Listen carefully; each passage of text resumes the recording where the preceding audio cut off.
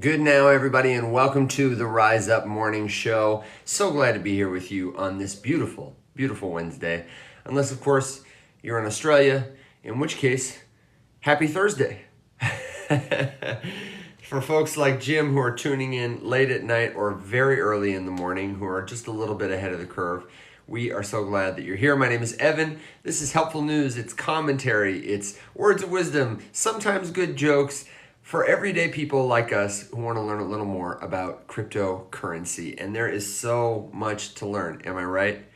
I don't know about you, but it seems like people, especially on TikTok, are having a hard time coming to grips with the legality of meme tokens, the regulatory landscape of the United States in particular, which of course is lagging, but which is still relevant. And I have noticed that it has contributed to a strong lack of discourse around what is safe, what is helpful, as people just kind of say, screw it, and proceed to do whatever they want. If that's concerning to you, let me know, because it's concerning to me. I was listening to a fantastic episode of Unchained last night, my favorite crypto podcast. If you're not onto it yet, what are you doing, my friend? They have the most timely, most relevant guests and information of any show anywhere in the crypto space. And I'm telling you what, they have a fantastic episode just came out about how Biden's veto of SAB 121's repeal is one of the most unhelpful things that the United States government could do if it wants to maintain the strength of the dollar moving forward into the tokenized era. It was with Larshan, a fantastic journalist, and two gentlemen who currently work at the CFTC. Like, you really couldn't get more corporate than that. And they make such wonderful, cogent points that are easy to understand, that are not hype whatsoever, about how innovation will not be stopped. The history of our globe, of our people, as it were, is a history of innovation. And when one country or company or individual or entity says no, someone else somewhere says yes. These people move forward. These people, they fall behind until they choose to catch up. And unfortunately, that's kind of the position I find people in my country are in right now. It makes me a little sad and scared. Not that the U.S. needs to be in front of everything all the time, because we don't. That has hurt more than it has helped. But we absolutely want to be in a place to help innovate here. And it all goes back to, like I said, what we see on TikTok, what we see in the crypto space broadly. We're coming around to having those conversations, but we're a little slow. We're a little late to the party. All that to say, if you've got crypto questions, if you're curious about Bitcoin, if you want to understand how blockchain works, what gives it its value, why we have to have that Bitcoin stuff, why we can't just do a stable coin, why it has to be cryptocurrency, why the way we are doing things or we're doing things isn't working, isn't it all just a Ponzi scheme? How do I keep it safe? You know, the questions you might have. That's what we're here for. Alex is on his way. My name is Evan. I think it's just going to be us today driving the ship, but if you've got a question, we're glad to have you here. We're live Monday through Thursday at 7 a.m. Central Standard Time. We've got the Rise Up Morning Show newsletter that goes out every weekend. It's the briefest, best bullets from our show. Links, tips, tricks delivered straight to your inbox. One time, no fluff, no filler. Although I did post a great picture of Bro Sidon. And if you missed that, I'm not going to tell you any more than that. It's just a part of Will's life, and now it's a part of ours, and you need to see it.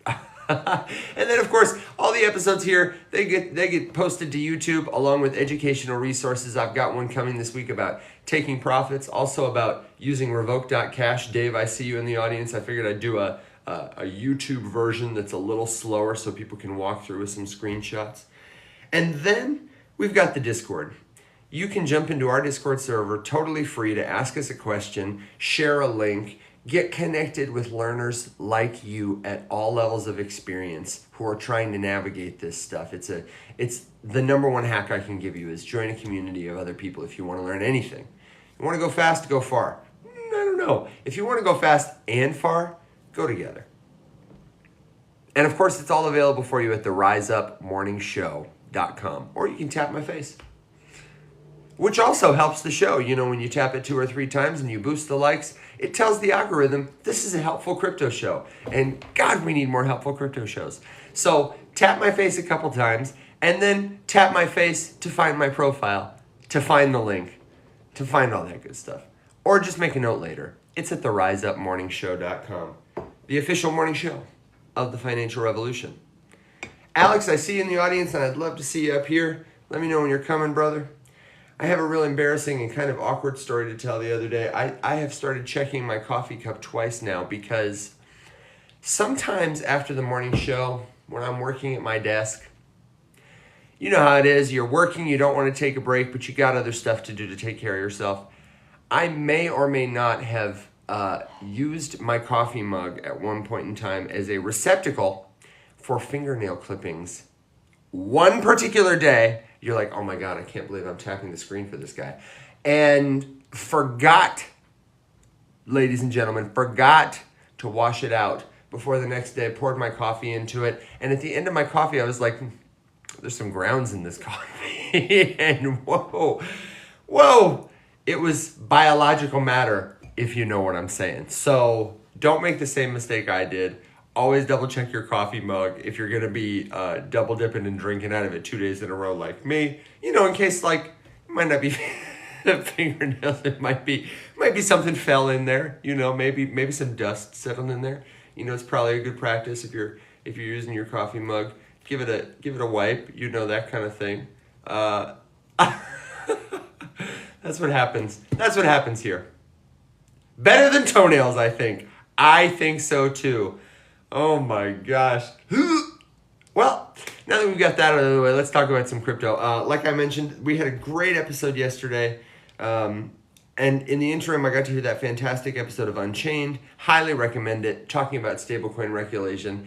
And I saw that our friend Will had posted a video with what I thought was one of the best tips shared on our live show in a long time. Go check that out for his synopsis. I don't know what you'd call the metric, comparison of market cap between leading blockchains and their top dexes to determine whether a new dex is overvalued, undervalued, or appropriately priced. It was fantastic. He talks about StoneFi in that video. And we had Casey on yesterday too, and wasn't Casey just delightful? What a great story. That's definitely an episode worth streaming. I'm going to put that in the newsletter. Her story about how she came to crypto is just fantastic. And so check that episode out if you haven't yet. Alex, brother, how you doing today, man? What's up, dude? Man, you know, just trying not to have toenails in my coffee. And so far I'm succeeding. Well, you know what? So, you know, let's keep it going. I'm bullish. And there's Tori. Good to see you, Tori. Sonora Nard says, I loved her story. Yeah, Casey's got an excellent story. When I heard that on her story, that was the day I texted you and I was like, dude, she's going to consensus. We got to hook up with Casey because she's legit. And peppered throughout were all those little indicators of like, you know, she didn't say, I have been holding Bitcoin since, you know, for about 10 years. She said, you know, the way only a great storyteller can, you know, all those little nitty gritty details. It was great. It was great. Yeah. She is someone who I'm excited to mooch off of the intelligence of. Yeah, kind of like Will, right? Like he did that research that one day, and we both were just like, great. Yeah. Like you just hang out. I'll drink my coffee. You talk. But for real, that is truly one of the marks of you know, achieving success is continually surrounding yourself by smarter, better people than yourself to learn from them, to absorb from them. Yeah, absolutely. We're really lucky to say that, you know, we've got the show and our TikTok accounts to a point where you know, you were saying this yesterday. It's been a couple years since you posted the first rapid fire crypto news video, and Look at you representing on the stream with the shirt, and we're still seeing the fruits of that. So So absolutely, very cool. in that vein, I think I'm gonna start doing it again. I think you should, dude. I think that there's I mean I should have started a while ago because the news got interesting again, but I don't know, it's just stupid to not do it. And it's a little bit annoying because TikTok is still rugging me with the editor. It's just gone. Um, and of course, you know, getting someone uh, on TikTok or from TikTok to like respond or help or answer a question is completely impossible. Yeah. So I'm not holding my breath at all, and it's very obnoxious that the tool is gone. But at least I've in the meantime discovered CapCut and can use it. So it's a little bit more roundabout, but so Well, and the benefit will be if you get good at CapCut, because I use CapCut, I can make it work. And there are some things I actually like just a little better. I I prefer. absolutely love the desktop version where you can see the audio below the clips. It makes like timing my clips so much faster. So I agree. I prefer it. It's a great platform. I genuinely enjoy it. The desktop version is also great. It's one of the easiest to I think like onboard and learn basic video editing. So pro tip, if you are trying to get into some like light video editing, I would start with CapCut because it's like very intuitive. And there's a ton of options. You can do a ton of stuff, but you cannot do so much stuff that it's like, you know, like for me, if I look at Adobe Premiere or any of those, I'm just like, it's a lot more to learn. It doesn't seem, I don't know, it doesn't seem quite as intuitive. So I guess, you know, for that, that's great. But you can totally see audio clip alignment and stuff in the mobile version as well. Oh, really? Okay. Fantastic. I'll have to check it out. And I second what Alex says. And if you want to like get into doing the kind of stuff we do, you can do it without having to show your face, without having to use your own voice, and CapCut makes it easy. Or if you want to build proximity to people in the crypto space who are content creators, who are project builders, a great way to do it is with content creation, storytelling, those kind of skills, super valuable. And you can make it easy for you. It doesn't have to be CapCut. It might not be the creation of content. There are a lot of skills around that space that are pretty much free to learn. And so if you got questions, we can help. And folks like Tori too. I do wish I could merge Premiere and CapCut. People like Premiere. I have never used it, but I hear it's quite nice. You know who should really make content? Is who? Machiste. Yeah, now that you mention it, why doesn't Machiste make content? I think because he's a dweeb and he's a little chicken. Probably. It could be faceless and voice modulated. Yeah. And it would be so good. He would be so good. And he would become so much more handsome. I know. In fact, my opinion of him is diminishing. So I hope he's not. Oh, he's here. I didn't see you there.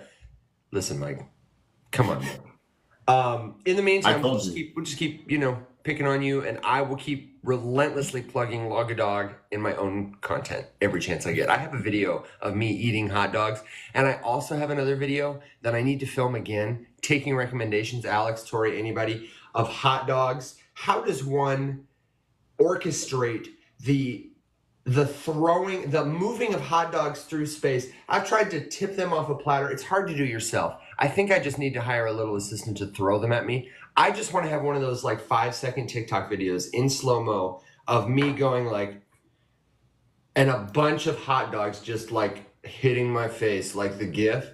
And all that it is on screen is like, join the hot dog eating contest online, Logadog XYZ. Like, that's it. I so want to make that video. You heard it here first, folks. Looking for your break in the space, a brand new job opportunities just opened. Get a part-time job throwing hot dogs at Evan. Yeah, and making content for Machiste. So that's where we're going. We had a comment about Firedancer. Sonoran Art asked, "Did I miss the Firedancer update?" I had teased it in the newsletter, and I wonder if we can touch on it real quick because last week on the show, we all have talked about, and yesterday, Solana's dominance this bull run. I don't think we've really touched on what Firedancer is, and I'm glad to give the 30-second TLDR upgrade. The one question I don't have, Alex, is I don't know when it's supposed to be coming. Can you jump on like a Google search and tell me when we're expecting it, and I can give a TLDR? Yes, And then, and oh, go ahead. for anyone who is curious or would like an explanation about Firedancer for a beginner from someone who's better at explaining things, I just posted the Kraken blog link in the Discord general chat. And that's exactly where I'm going. I'm going to TLDR that article for you. We love Kraken. The show is not sponsored by them, but it could be. So if you want to follow along, that's where to go. And if you've got questions about this, about something else, drop them in the comments, or feel free to drop them in the Discord if you got a longer question, because that's the great thing about the general chat over there is we can see what you say. So feel free to share. The first question you asked before we jump into Northern Art was, where can I buy Firedancer? The good news is you can buy Firedancer right now by buying Solana. If this is something you're interested in, Firedancer is not its own separate token, though there almost certainly will be someone who launches a meme called Firedancer. It could be you. Just got to time it right. What is Firedancer then? It's not its own token. It is a new third-party validator client software for the Solana blockchain. And the goal is to fix that big problem on Solana. Solana is always going down, guys. We bag on it all the time. Firedancer is purportedly going to improve the network's efficiency, decrease its latency, and increase its ability to process the kind of transaction volume it's been seeing lately. Generally speaking, Solana gets criticism for the lack of options to run software on its blockchain. Thank you, darling.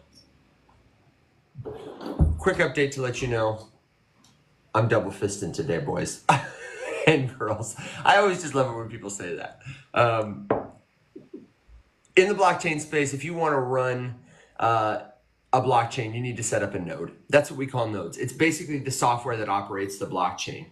And for people who want to operate a blockchain software, there are sort of different opportunities to install this kind of software that is like a bridge between you, your computer, and the rest of the network. And if your blockchain is open source, then anybody can create their own kind of app, their own implementation. Wallets are an example of software like this. Validator clients, they're another example.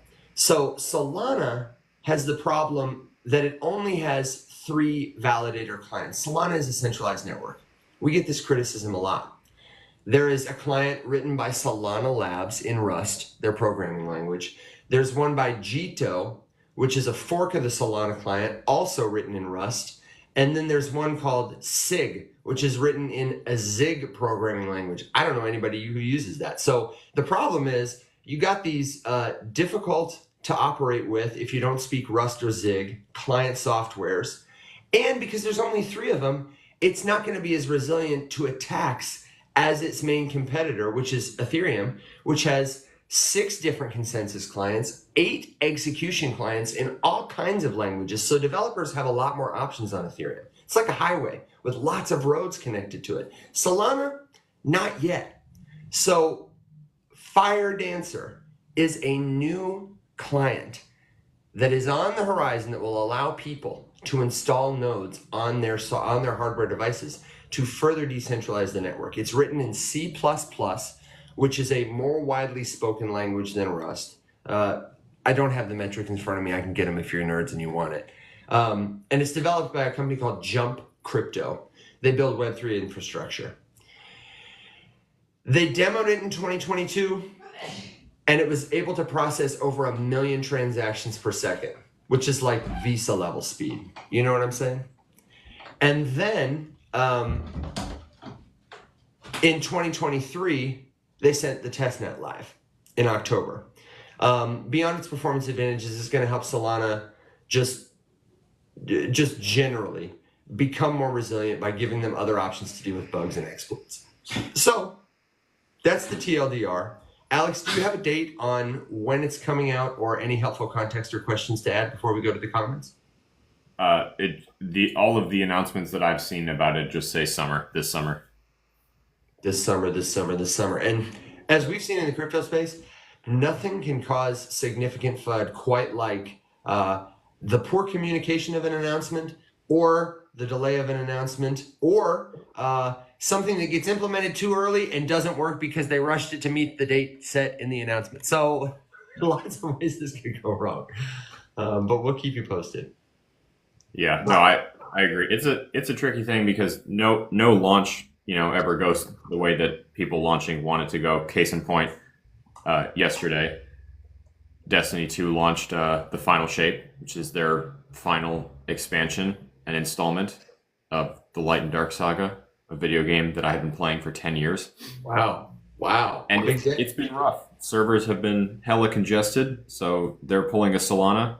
It's very classic Bungie launch day antics. But, it never goes the way you expect it to. And I assume with Firedancer, it's a strategic move to keep the announcement date a little bit vague to account for that. And it'll go when it's ready and not a moment before. A wizard arrives precisely when he means to. Yeah, well said. Evan, well said. Evan, that's a reference to a movie called Lord of the Rings, which is based on a very popular book. Yeah, you may or may not believe it, but I have read Harry Potter. So thank you very much. I'm gonna go. Yeah, Robbie says, I'm pulling up Jump Crypto's website real quick, Alex, because Robbie said their website looks like a cheap rug pull. And I gotta be honest with you, I had never heard of Jump Crypto before this. I think they're probably like not to like down us, but they're probably like a Faceless Labs, a company you've never heard of who's building super niche, nerdy products that in this case may or may not be very important. That's the great thing about crypto is anybody out there with a great idea, a hope and a dream can pack their suitcase, move to the big blockchain and build something great. And if people really like it, they'll be like, this slaps. And they'll give it a platform like this. Which is why Machiste needs to make content. So let me check out their website. That he does. What's the URL? I'm not sure yet. I'm verifying. I see jumpcrypto.com and I'm just looking on Twitter to make sure. Yeah, that's it. They also have a Crunchbase page and they have if you go to jumpcrypto.com/Firedancer, they've got a dedicated page for that. Cool. And it's funny because their headline says a second Solana validator. And the article we just got from Kraken says they already have 3. We are building a new validator client. I don't think it looks like a cheap rug. I do think it looks a little bit like they got their package from those people who are doing AI crypto tokens. And you're like, oh man, the website is so great. But, I don't know.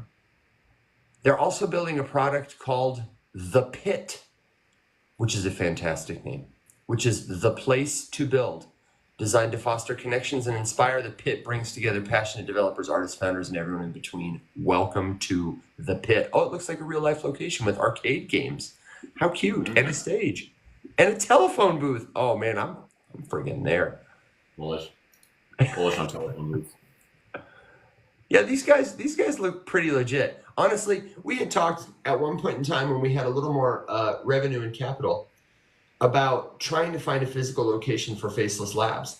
And I think it is an underrated hack in the crypto space if you are a startup to start remote and then come together because the magic happens right there. And it looks like they're bringing other people into their space to give talks, to build stuff. Like that's the secret sauce. I'm bullish on this company that's what they're doing without knowing really anything about them. And also, like based on the way they do their graphic design with the little underscore flashing after their logo, I can tell these guys are nerdy as hell.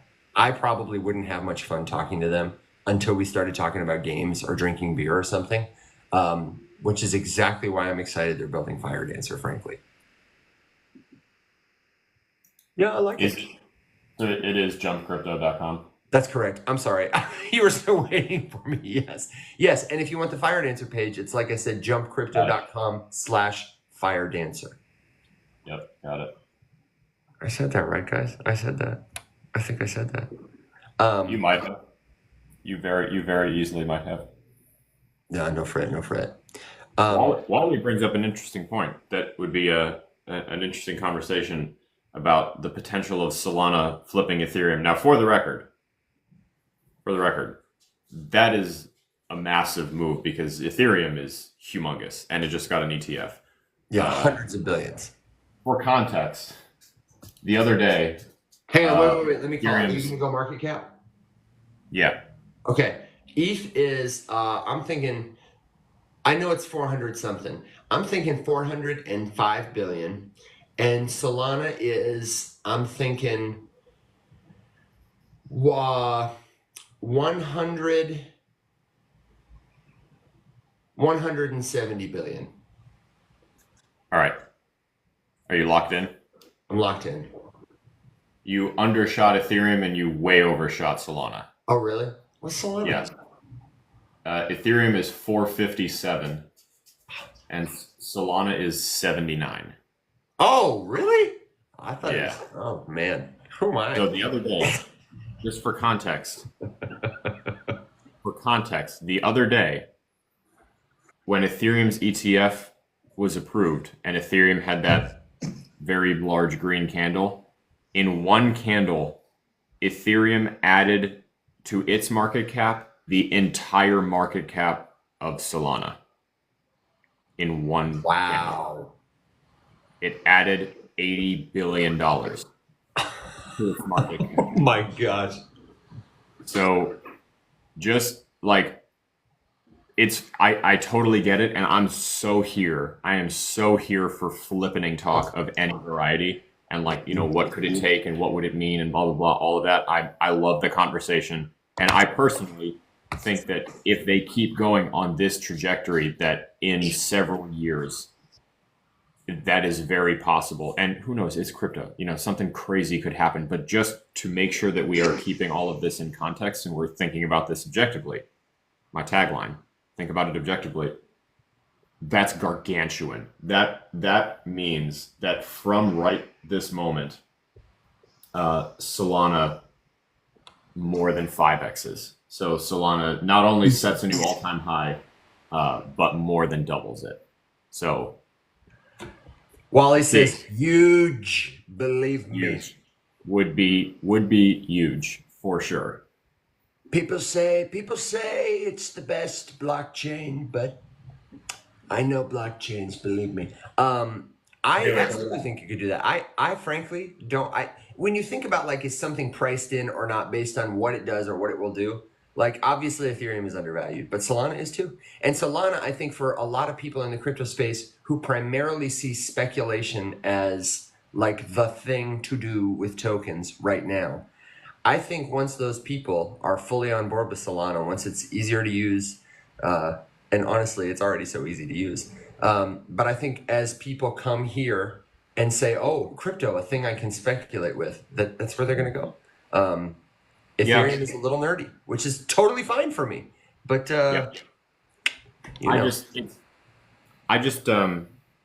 there's a couple things that are worth noting in this, that as of now, despite the gas, Ethereum is the king. And Ethereum could it's harder for them too. There's different layers and they're set up differently, and the governance structure is different, and the foundation is different, and all of that kind of stuff is different. Ethereum could have a day where they're just like, you know what, like here's a group of ETH devs that are announcing a new initiative, a new EIP, and it gets passed with overwhelming support, whatever, and they make a move to improve again, as they've done in the past. And things have happened that didn't get the attention that like ETH2 did, or that I can't remember the number off the top of my head, Evan, the last big EIP that had all the attention for. I mean, the last one, there have been a couple, but the last one I was really stoked about was 6551, or this was, I think this was 4559, the one from a year or two ago, that was gas related. My point is that you drop a new and exciting and sexy EIP, it gets passed, it gets implemented, because let's remember the last couple times that ETH has done a major upgrade or integration, it's gone obscenely smooth, which is ludicrously impressive.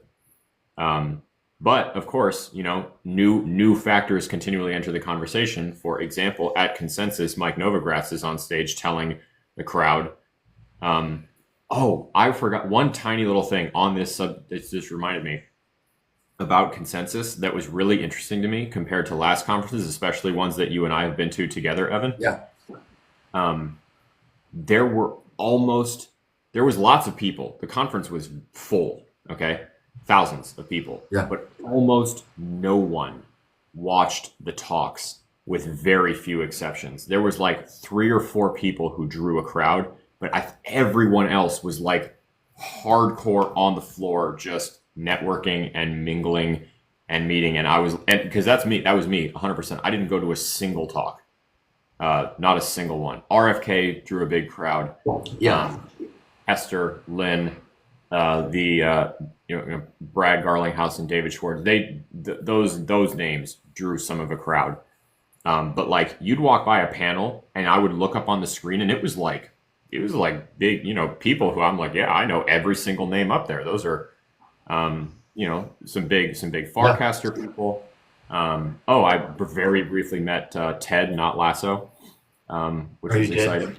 I'm curious. Listen, I'm not going to bring my bias into this. I think Ted does great work. Love that she organized the whole Farcaster conference. We had a salty exchange during Crypto the Game that was mostly my fault, but we didn't even speak. It was just like, hey, I know who you are. And then she was going somewhere to a panel and I was not going to watch the panel. But yeah, no, it was just interesting that there was just a ton of talks that almost no one went to. 4 or 5 people in the audience taking notes or something, and I think they were all just like waiting to talk to whoever was on stage and didn't care about the panel. So that was interesting. But what I derailed myself from saying is that Mike Novogratz was on stage at one of those, and he did happen to draw a bit of a crowd, and he was openly speculating about Solana ETFs. In the near future, he was like, "That's the one that makes the most sense." Next and whatever. And we kind of all said, the second that ETH goes, everyone's going to start predicting ETFs for their favorite altcoin, and big names are going to start predicting it. And it's going to lead to more rampant speculation and stuff. So, just be aware of that and plan for it. Just know that there's that was something that I meant to look up and see if Hester addressed, just to be like, there's no movement on any of those right now. Nothing. I don't know if any have been filed, but I figured, filing is free. Filing is like a thing you do for your community if you're Dogecoin. I'm pretty sure Doge has filed, and I'm pretty sure they announced it to their community, and I'm sure it did something to the price. Yeah. Elon will tweet about it. I could have applied to go to the most prestigious medical. I could have applied to go to Johns Hopkins, and I could have told everyone, like, guys, I applied to Johns Hopkins, and Johns Hopkins get my application, be like, "The hell is this?" I got to do Juilliard. I never talk about it, but I think about how I could tell people that. Wait, say that again? You did what? Yeah, I was Juilliard was one of the schools I applied to for acting, and initially I did not get in. Did the whole callback process. When you apply to a conservatory, many rounds, it's mostly about auditions. At the very end, they bring a couple people out to the campus. Juilliard does. You got to pay for all this stuff yourself. I saved money. My parents helped me. We did it cheap. And after final callbacks, loved it. It's the only time I had ever been to New York except when we went. Mm-hmm. And it was a marvelous experience. I fell in love. It was everything I wanted. And it was just too expensive. Yeah. And they didn't offer me the slot until the end of the summer. They had an opening. It was almost time to go to school. And then we changed our minds. But I had to turn them down because they go through their allotment for financial aid. And there just wasn't enough left for me. And I could not justify taking out $100,000 of debt every single year to have a conservatory degree in acting and living in New York. I was fortunate to have had a lot of other exposure and work opportunities. I was very salty about it for a while, but now if I ever want to whip it out of my pocket, I can say I turned the Juilliard school down. So Yeah, no, I going through the Waldorf world, I had a couple friends go to Juilliard for cello performance. wow. And then I had a friend or an acquaintance, calling her a friend is rich. She was several years older than me. She went to Curtis for violin performance, and Curtis is one of those Awesome. like if you get into Curtis, they pay you. Uh, Very few people get into Curtis, but she still is like world touring. Bella something. She was a phenomenal violinist. Anyway, Good violinist name, honestly. she's so good. She's one of those people who was like born and handed a violin, and then And was just like killed it. legitimately talented before she was 3. She's just one of those like silly child prodigies. It just makes sense. Okay. Tori, We my have some questions proximity to in the comments I want to touch after I agree with you that what Tori said and what you say is right. You can watch conference talks on the plane. It's such a bullish indicator that people were talking to each other and not sitting around. That means they have stuff to say. I couldn't be more bullish on that. I did want to tell you really quickly that there is a really good episode. It's like a week old, but on Unchained, Sheila Warren, and I want to say there's an episode with Cynthia Loomis also about just some of the comings and goings on Capitol Hill lately around crypto. Since a lot has happened in a week or two, it's not the most up-to-date relevant stuff, but just like how the sausage is made, they're good. I'll send them to you and I'll post them in the chat for anyone who wants to see them. But we had a question about Noble Blocks and we had a question about Flare. I feel like we have talked about both of them on the show before, and I've got the Flare website up. I need to get myself another opinion of it, so I was going to defer to you, but I can give an opinion on Noble Blocks that's real quick. Yeah, and then too, we got a fantastic question that's a good opportunity to give a light plug. Yes, RTF asked, where do you start to embrace the language and understand like it's the back of your hand, this whole Web3 and crypto thing, and how do you DYOR? Wow. Which is the best Couldn't question. set us up better. That's the best question. That's the best question. If you are trying to wrap your head around this stuff, you're in the right place because we've got a lot of resources for you. You can start with the show. We're here 4 days a week, Monday through Thursday, 7 a.m. Central Standard Time. You're like, okay, great, I watched the show already. The next place you should go is the YouTube channel. You can tap our faces and find it at the links in our bio, or remember this, theriseupmorningshow.com. It's got all the links to all our stuff. At the Faceless Labs YouTube page, that's our channel. We post these episodes, but we also have a playlist called Web3 101. We've got a video there that is called What is Web3 and Why Does It Matter?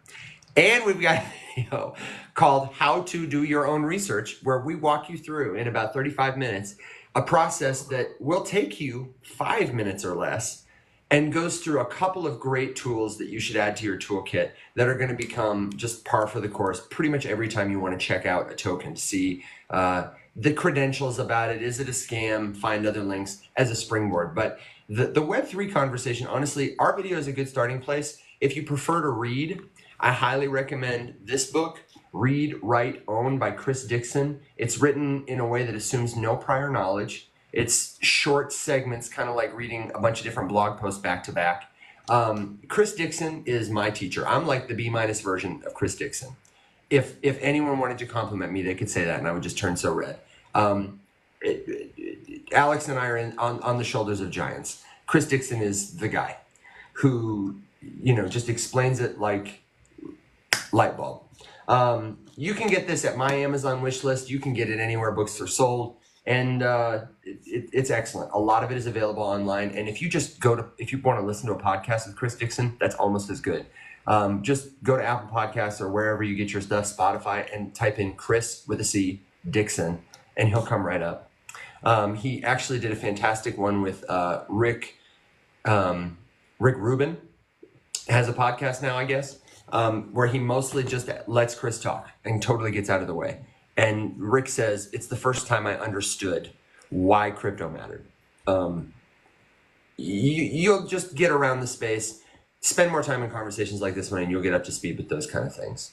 Absolutely. But don't fret. If it seems like inside baseball here, we're so sorry. Call us back. Let us know when you hear a term you don't understand. We're never going to make you feel stupid for asking a good question. Right, Alex? Absolutely. Man, thanks for a great setup. Could not have been better. Could not have been better. We absolutely love answering that question. It is our number one goal to answer that question.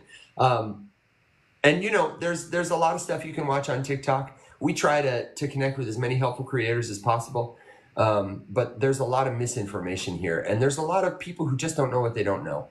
Generally speaking, if somebody doesn't seem like they're willing to say, I don't know, or they're going to pick on you for something you don't know, those folks are probably not your teachers.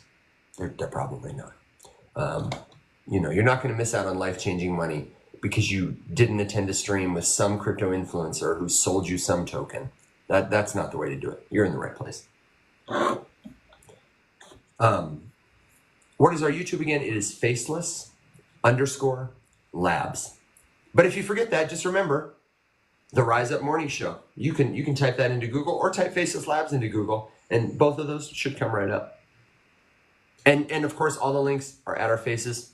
Tap us, go to our profiles, and you know, tap us to like us, really like us, on the way there. Or the best way to stay connected to the show is truly the Discord server, which is also at theriseupmorningshow.com. It is the hub where the show lives 24/7.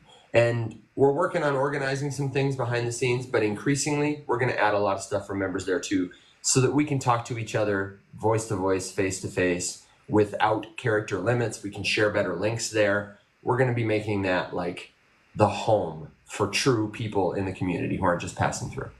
So get over there. Alex, are you by chance looking up Flare, and do you have an update for me?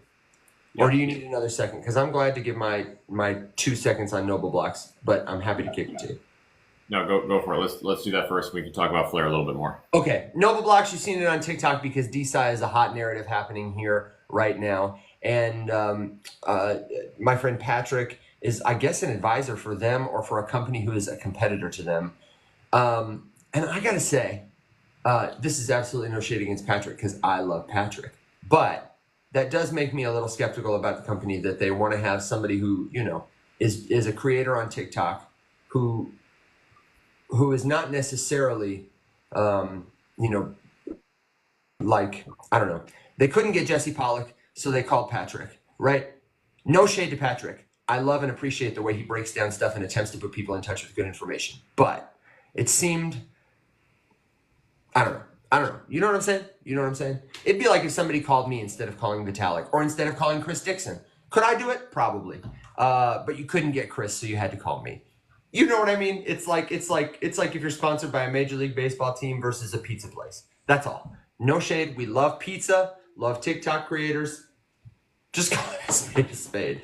And also, my general opinion in Noble Blocks is further entrenched by the way they do their tokenomics.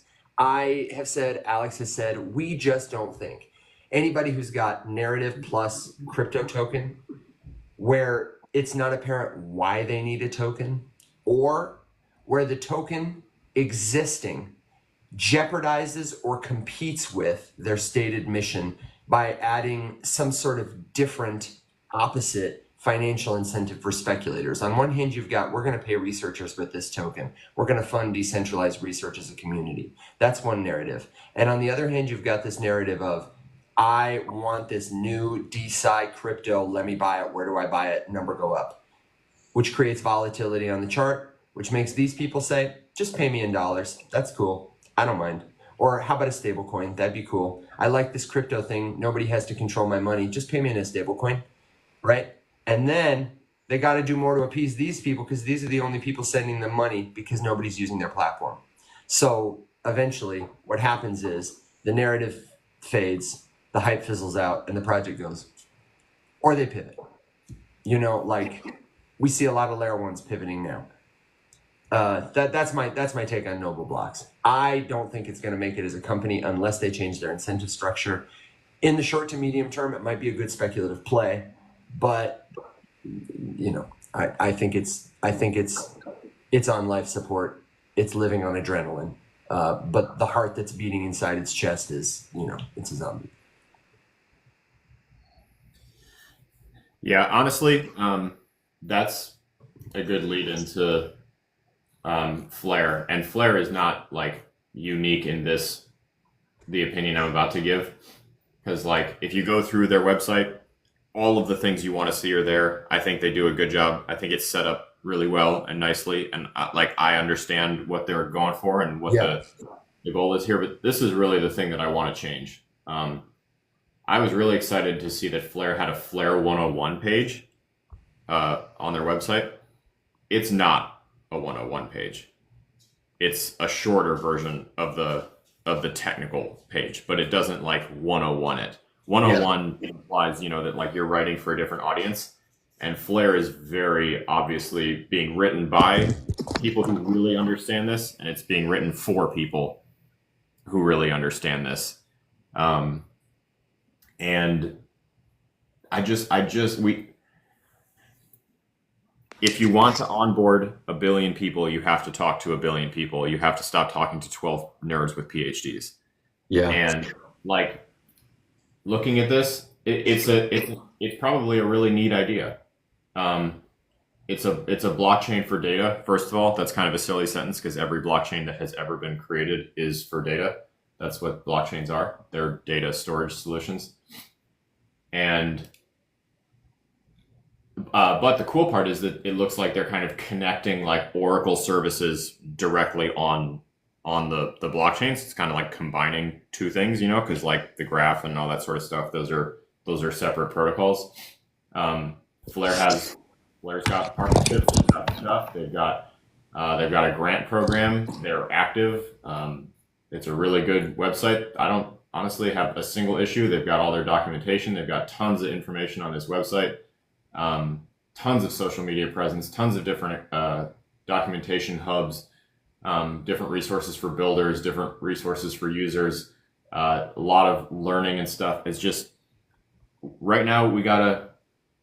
Well, Alex, let me ask you this, because that's exactly my impression of the website, but we've talked about this before, and it's kind of like a double bind. On one hand, you want to be the website that like attracts developers. You need devs to build cool stuff, and then you need consumers to care about it and use it. Because if they don't, you're going to run out of funding. You're going nowhere. And like I'm with you. It seems like they're simple, well laid out. They're explaining it well. My grandma's never going to. She hates this website. But these guys, they kind of seem like the jump guys. They seem like they want to get in the pit and code somewhere. And I understand what they're saying. Like this bullet down here about their data connector. They're trying to do an interoperability play. They used it in a demonstration of purchasing an NFT on Flare's network using the token of a different blockchain, which, if you don't know, is honestly huge. Many blockchains are trying to make that possible. Oracle's connecting a blockchain to another blockchain, because right now it's like trying to read a JPEG with a file that only accepts PDFs, and they don't really talk to each other well. That's a big problem, and it sounds like they're making meaningful progress to solve it. What do you think, though? I mean, devs first, consumers first. Can you do both at the same time? Who's doing both at the same time well? Solana. You can do both. My answer to that question, who's doing it well, is always going to be Solana, and you can absolutely do it well. There is a missed priority that 99.999% of Web3 and crypto projects just skip. And that is just like hiring somebody who gets it, but can also talk to people. Yeah, it wouldn't cost them anything to have a true noob website, would it? Or a page on their website that says, okay, I'm not a dev. No, and listen, like Daniel, curious to get your opinion. Yeah, look at Daniel throwing shade at us. Actually, it's not a huge problem. Listen, Daniel. No, Daniel, take a break from shit posting in your bathrobe and answer this question for me. Um, if I'm a developer, if I'm a builder, if I'm like going to a website to I can speak to this from legitimate experience. If I'm going to a website to try to like find the grant program, figure out how to apply, get the information about it, and get the requirements and all of these kinds of things, I'm going to the website to dig. You don't have to worry about losing me on 2 or 3 click-throughs like you do to this standard website visitor who is one going to have a 50% chance of leaving that website if the homepage takes more than 3 seconds to load, and two, every time they're required to click on something, you're going to lose another fat percentage of those people. That's just a cold hard fact about people using the internet. So if you have something like this and you clearly resources, clearly effort and money went into building this, and clearly this is a team with people on it. So why isn't one of those people someone who speaks plain English, and why didn't they design and write the homepage, or at least the 101 section, which should be the very first big button? And that's just in my anecdotal perhaps experience, and I'm curious to hear what Daniel thinks about it, but like I would not put the builder resources so aggressively front and center, because those are people who are going to go and they're going to look a little bit deeper. But the people that you need to convert and sell on your marketing are the users. You need to put more effort into bringing users to like care about the thing. You have to support developers to build stuff for the users to do. So the chicken and the egg formula doesn't really work, because I think you got to do both at the same time. And if you can do that, you stand a way better for success. But I would make the user stuff easier to understand and way more front and center, and the developer stuff you can put on page 2, because they're going to go to page 2. A lot of these companies don't have a user friendly. Daniel, can you move just a little closer to your phone, because you're A lot quiet. of these people don't have a user friendly person on the team. It's just all engineers. And Daniel, sorry, just because you have a lot more experience than just being a software developer, you worked for Nike, right? Yep. What kind? I mean, is there like an easy to make? I know I'm putting you on the spot. Is there like an easier to make comparison between like the way that a company like Nike that's used to marketing and knows how to market compared to all of these like approaches, user acquisition, compared to, I don't know, they don't really need to hire developers at Nike, obviously, but I'm struggling with the analogy a little bit. But you know what I'm getting at. Yeah, these are startups. I think people forget that these are startups. So there's like 5 people on that team. So they hired some dude to make the website, and the product owner, or they probably don't even have a product owner. The CEO was, this is what I like. I love this. I understand this. And he doesn't have a mind for marketing. He doesn't know what the fuck he's doing.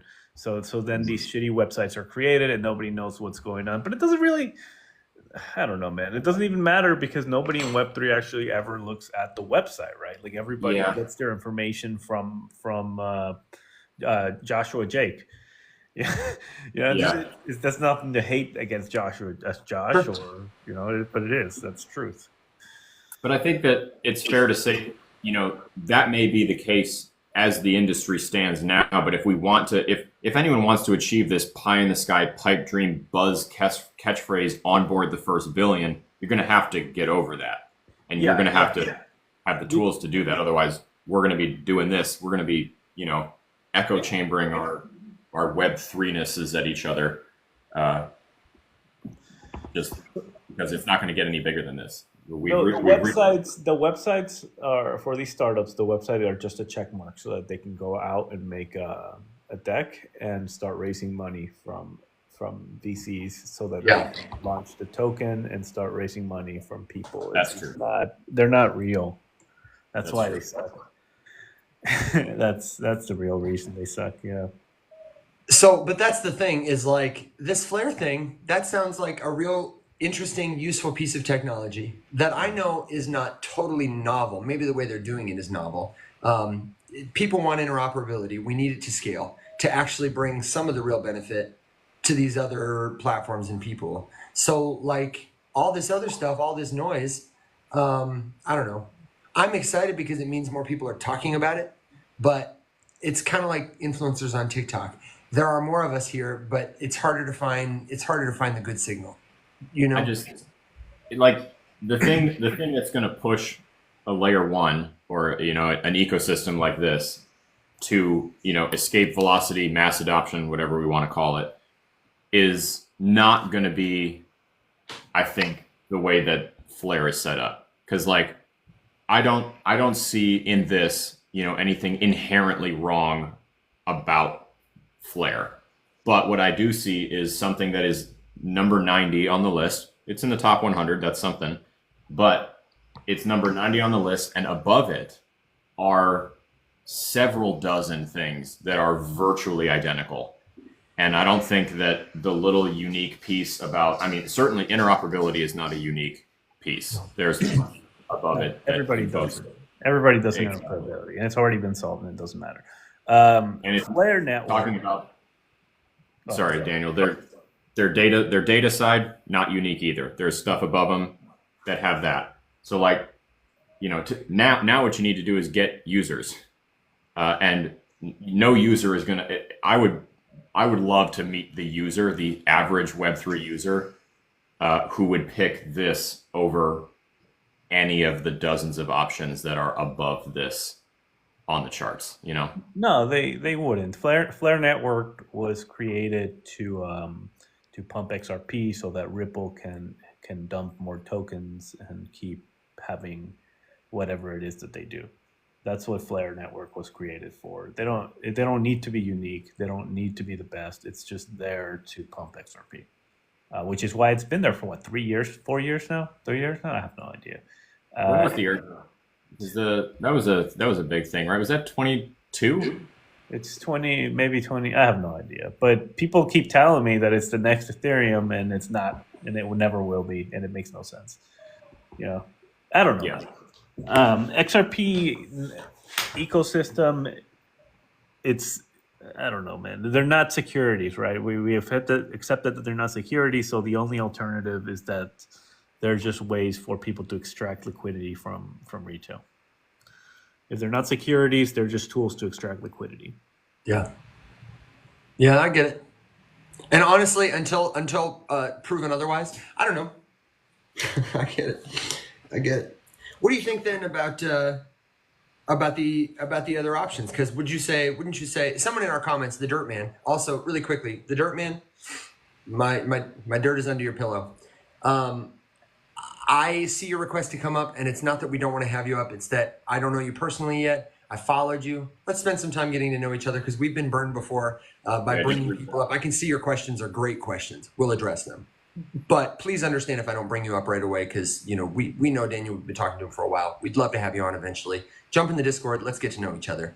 But to address this question is like, what industries would crypto improve? Like hypothetically, we keep hearing there's a market for crypto. But the market we're bringing to people is the one you're talking about, Daniel, is the speculative market, using it to drain liquidity or reallocate liquidity. But we're here, in addition to the prospect for making money by reallocating it that way.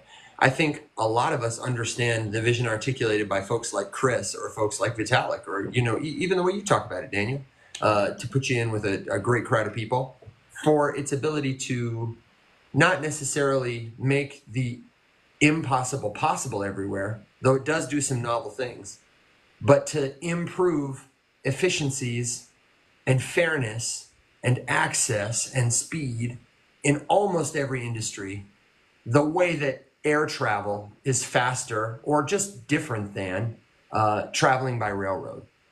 It's got advantages and disadvantages. It's different infrastructure. What you agree with that, right? Like I'm not mischaracterizing you. Those are not a fugazi. The ability to make it easier to collaborate, to collect data, to verify stuff. It's not here yet, but it's presumably come. Yeah, it's basically here. They just. But I mean, it's not here at your grandma's house yet. In a no, way that no, it's not being used. People are not using it, but it's possible, and it should be. Yeah. We should be using it for elections across the world. We should be using it for trading assets. Every asset should be traded on the blockchain. It should be.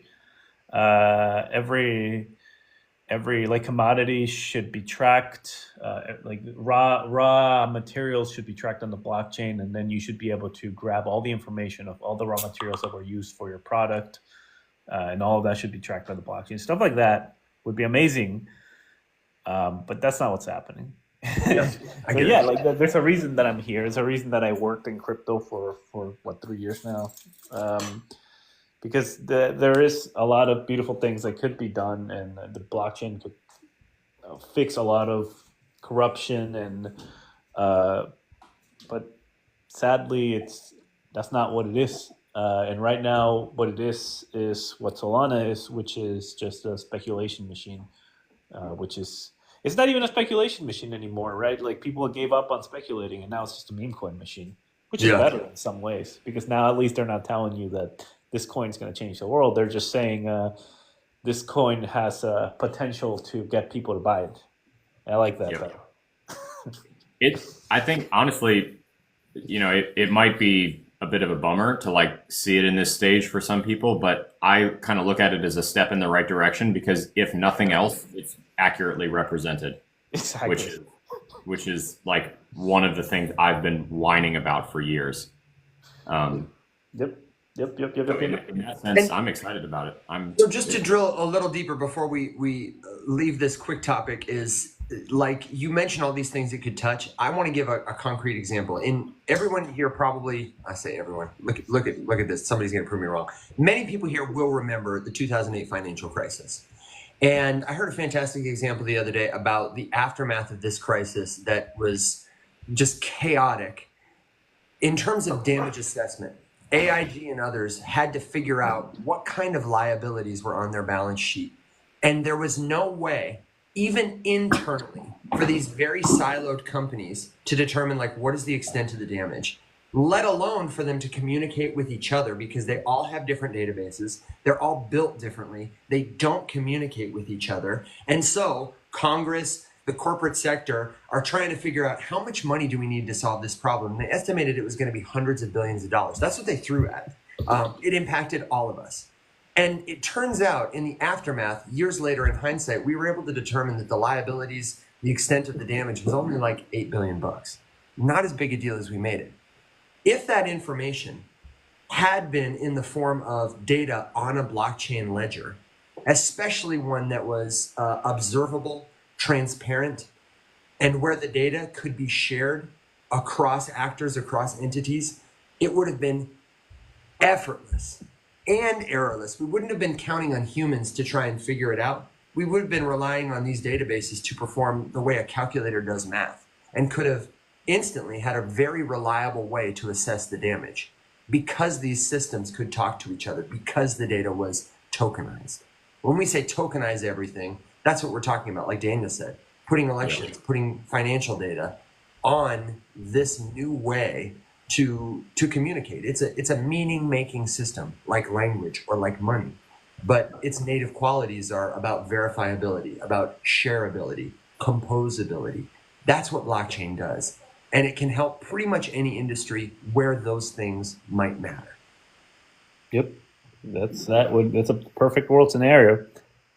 Perfect world scenario. Can we just turn the clock back? I know. Yeah. I mean, that's kind of one of those things. I mean, that's one of my goals, right? Like I whine about DAOs all the time being really cool ideas, but not put into practice properly. I think Daniel, I know you're a legitimate DAO fan as well, but like between that and another great use of blockchain for transparency being in the nonprofit sector, just to add more openness and transparency to how funds are allocated. I mean, nonprofits' books are required to be open anyway. Anyone who wants to look into how a nonprofit spends its money can request that information and get access to it. But there still is a lot of question, like on the consumer side and the donor side. Where does their money go? What kind of ratio goes between like paying the board on a nonprofit like the Red Cross versus executing the mission? And of course, there has to be some, people who run nonprofits still have to eat, but, it would be cool to open that up a little bit more in a way that like anyone could look at, and would keep charities, I think, more accountable and stop them from trying to come up with shiesty ways to use the nonprofit label to just make a shitload of tax deferred money.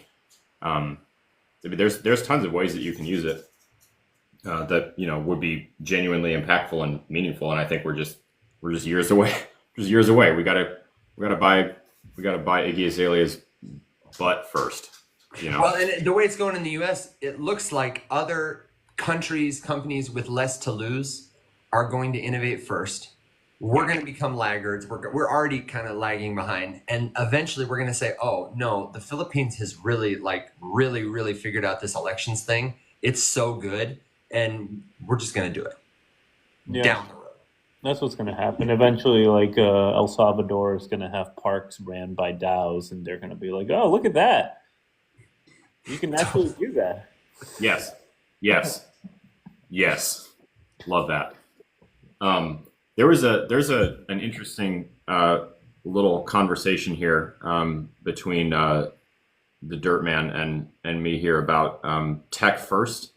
And I know that you're having a hard time because TikTok comments are so short. So if I mischaracterize this, just let me know. You're getting cult vibes because there are cult vibes.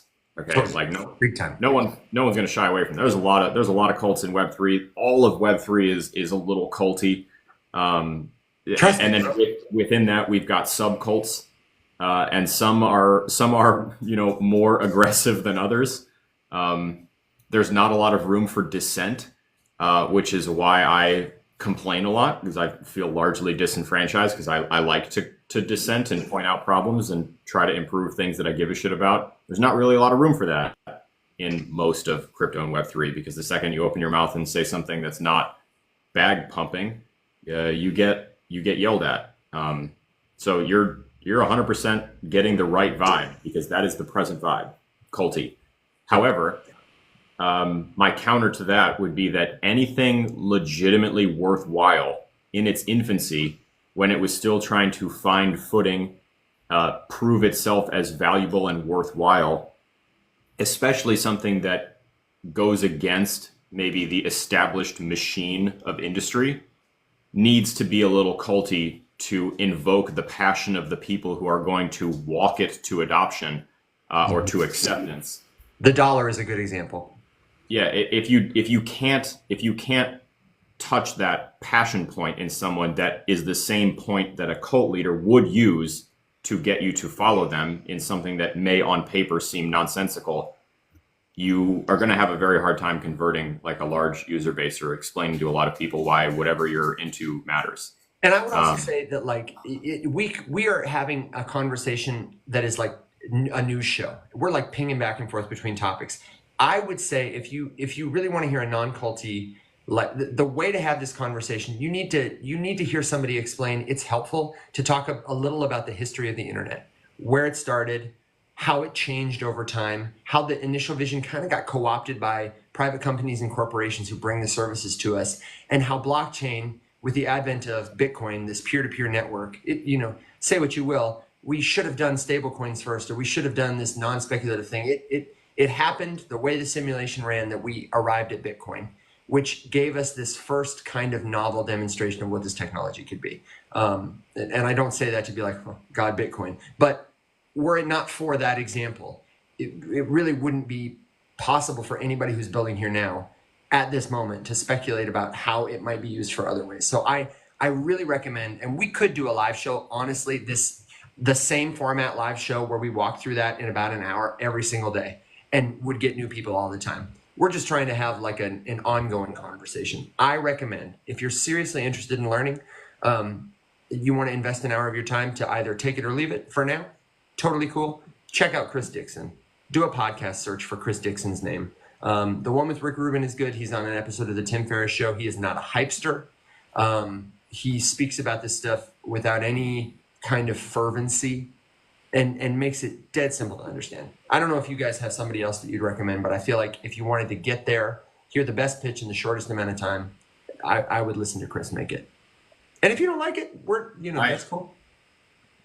Yeah, I would just say, don't discriminate in your initial info gathering. It's important to hear it from a lot of different people so that you can pick out the non-helpful stuff and the helpful stuff. And if you if you approach all of it without your mind made up already, then you're set up to be successful. If you walk into the conversation already being converted to like XRP is the best, Ethereum is the best, or whatever is the best because someone said that, and you're like, cool, down, I want to make money. You're set up to fail from the jump. Yeah, and it's good to be skeptical. Good to be skeptical. We're skeptical here every day. Everyone should be We don't skeptical. like most stuff happening in crypto. And Daniel will be the first to tell you it's all a scam. Yep. Yeah. You know? Yeah. Alex, I know you have to go in about 15 minutes, and I do too. I wanted to touch one more. Our good friend Angel, who's here every day, I learned recently in a stream in our Discord that Angel usually listens as she's getting ready for her day riding her bike in California, like with the sunrise. Truly the Rise Up Morning Show. She's like on her bike and is like sending us little gifts and in the comments. So I wanted to shout out Angel especially. She asked us about WASD Studios, which is a game studio.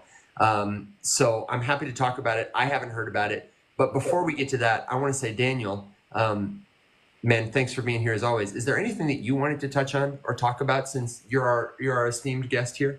Am I a guest? I think I'm a surprise guest, if anything. Yeah, No. but that's you're part of the family, man. We always expect you, and then when we see you, we're like, God damn it, Daniel. Just my same words of wisdom as always. Always, once it's too hyped, once your grandma is talking about that coin, it's time to sell. Don't fall into the trap. Take profits. That's my words of wisdom always.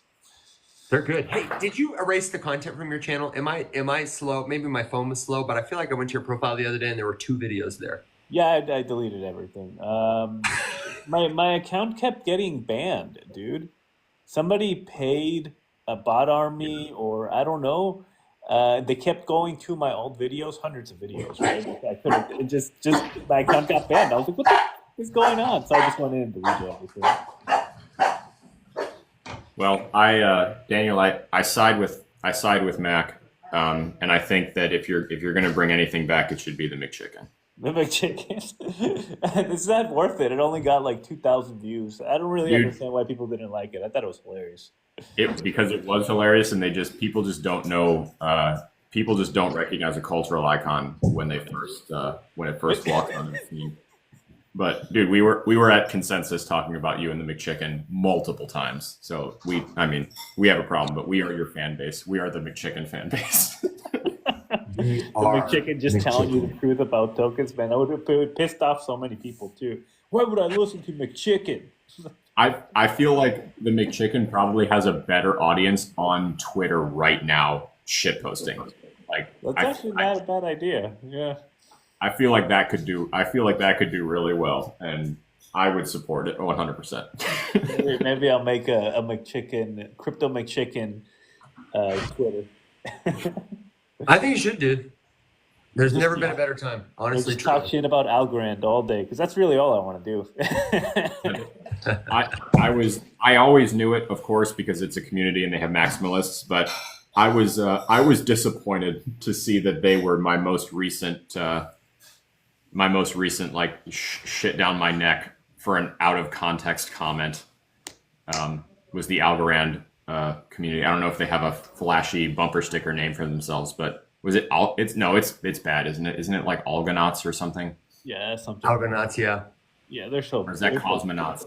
I don't know. Anyway, it was annoying and it was embarrassing for the community as a whole. But nobody cares. Well, they're. I mean, I hate them. I really do hate them because like, okay, so when you look at like Pulse Network, like that is clearly a scam, right? Like, and they're all gross and like it's obvious and it's fine. And even though they think it's the future, quote unquote, they still know it's like you're gambling on shit coins, and they know.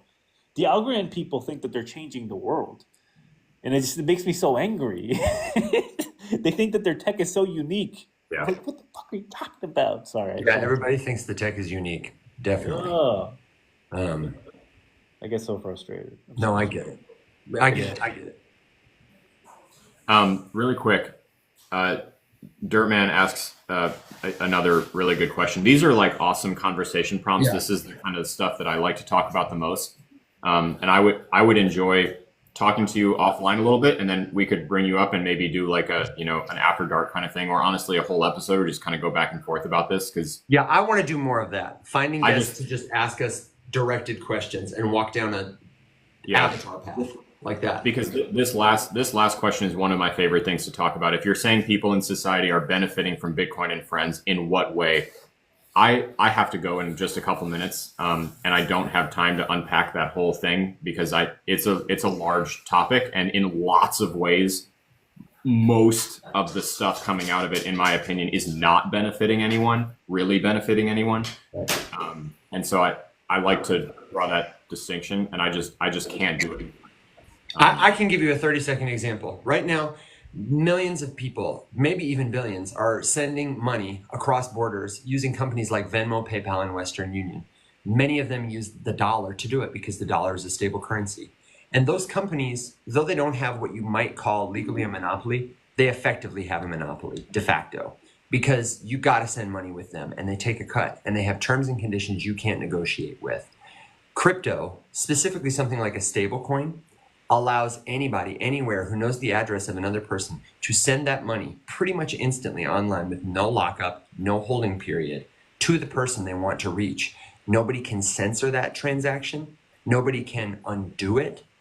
All you need to have is that person's address and the data that represents the money to send. It is disrupting monopolies in that way. Micropayments, similarly, are disrupting the creator pay model on sites like Paragraph and Zora, which are alternatives to folks like Instagram that have an extractive business model where most of the value created by users flows to the company.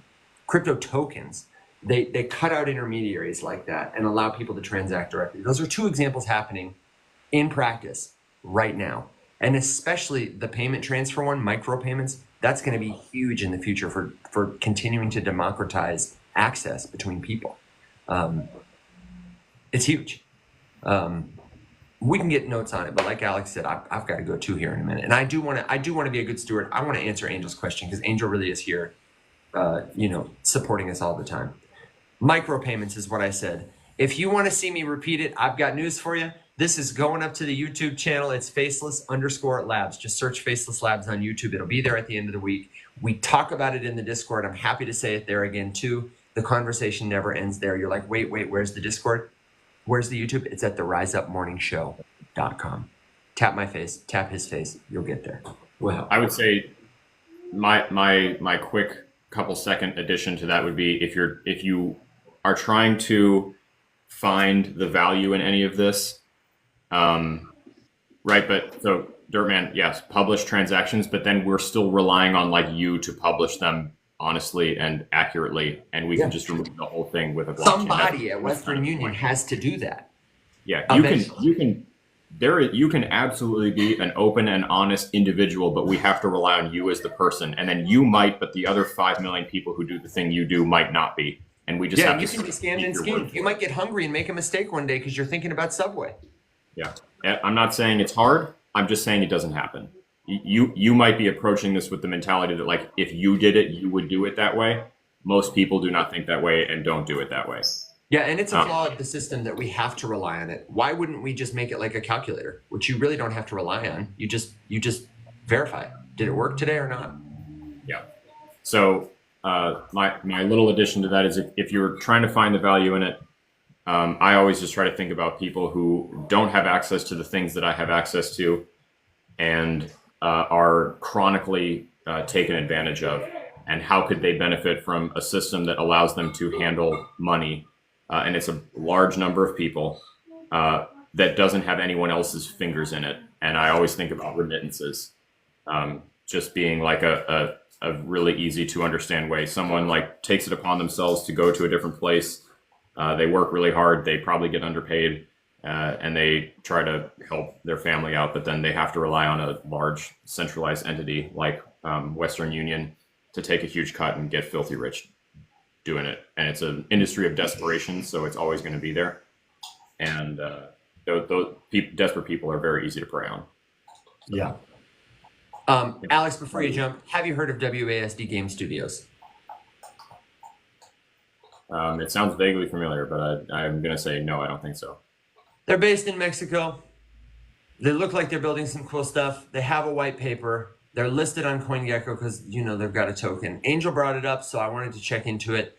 I can't tell, though. The website looks like the kind of thing I could build if I sent some people on Fiverr a request to build me some cool game footage. WASDstudios.games. But could be cool. I'd want to see what games are they building, what games can I play, what chain, if any, are they on? Are they fun? Do they have a lot of people? And is their token like a play to earn model? And is it like, are the incentives good? Since you got to go and I got to go, maybe we can bookmark this. And Angel, if you're going to be back tomorrow, we can be real thorough and like look through the website and actually talk about it together. But that's just my initial top down. It leaves me with more questions than answers, Good. And I guess Daniel's final thought is, take profits, trust no one. Alex's final thought was, what do you want your final thought to be, brother? Just try to think about people who don't have the options that you have, and that's where you'll find the biggest value proposition for blockchain. Yeah, and my final thought is this is not one instance of technology, it's a whole new medium. Crypto, tokens, blockchains, they are tools to help humans align incentives and coordinate at scale. Just as language can be used to express a feeling or tell a story or preserve a memory, blockchain is a medium that will be used in use cases of identity, community building, and story. We'll talk about it. We'll share about it. Come back and see us. We got to go. We love you. Yep. Thank you for hanging out with us, everybody. Join us in the Discord at the riseupmorningshow.com. And until next time, my friends, rise up.